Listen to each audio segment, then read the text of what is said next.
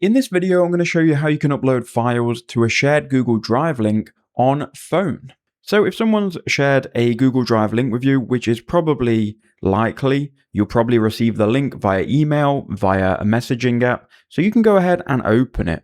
And the reason that it works for me and the reason that I can get into the folder is because I have Google Drive downloaded, and this makes it very easy to upload files using your phone. So head over to the App Store or the Google Play Store and just type in Drive. If you haven't already, just go ahead and download Google Drive app. And if you're logged in already with your Google account, this will be seamless. You download it, and once you've got it downloaded, you can then go ahead and click on the link that was shared with you.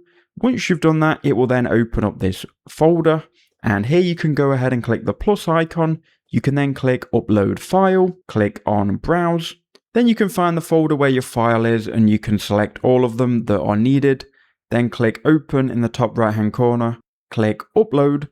Here you can see then in a second it will then upload that file. There you go.